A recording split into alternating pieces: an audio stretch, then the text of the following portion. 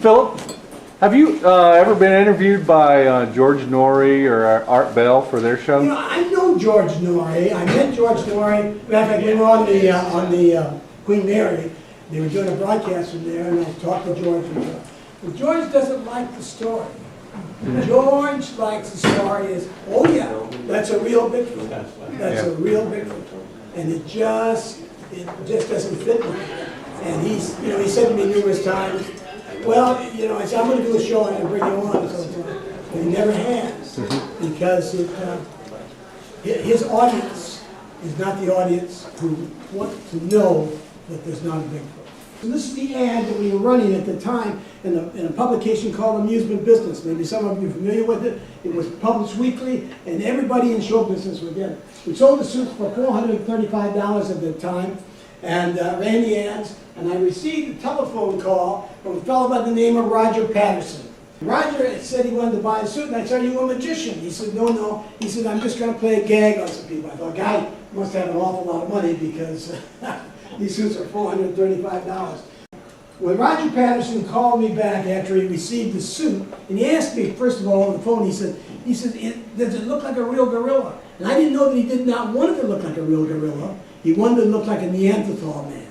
So I said, well, it looks like a Hollywood gorilla. So I shipped him the suit.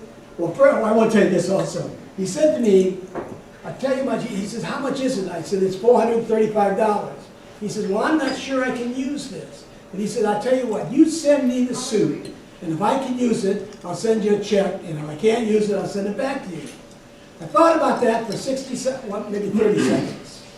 And I said, listen, here's what I want you to do. You send me not a check, you send me a money order. If I can use it, I'll keep it. I said, I'll hold on to the money order. You see the suit. If it fits and it works, fine. If not, you call me back right away, send the suit back, and I'll send your money order back. Well, it took about 6 months or 4 months to receive a just from him, and I found out the reason why. He did not have any money at all. But he went out and raised money from other people, explaining to him this project that he was going to do, producing a Bigfoot walking through the forest, and put it on film. And he raised money from him, and he sold people for about $1,000. He sold 7 people a 50% portion of the project, of all the profits, with 7 different people. 7 different people. After the film was shot, not one person received one single dime, and all 7 of them sued him. Roger Patterson rented a camera from a camera shop in Yakima, Washington. Got the camera shop owner to show him how to operate the camera and how to jiggle it so it get it out of focus and so forth. He rented the camera, went out, had the suit, and then shot the film.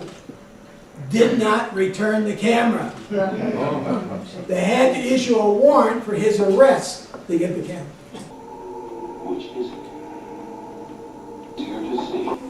It looks like a man in a suit, but so would the Bigfoot of legend. The question is, which is it? George likes the story is, oh yeah, that's a real Bigfoot. That's a real Bigfoot.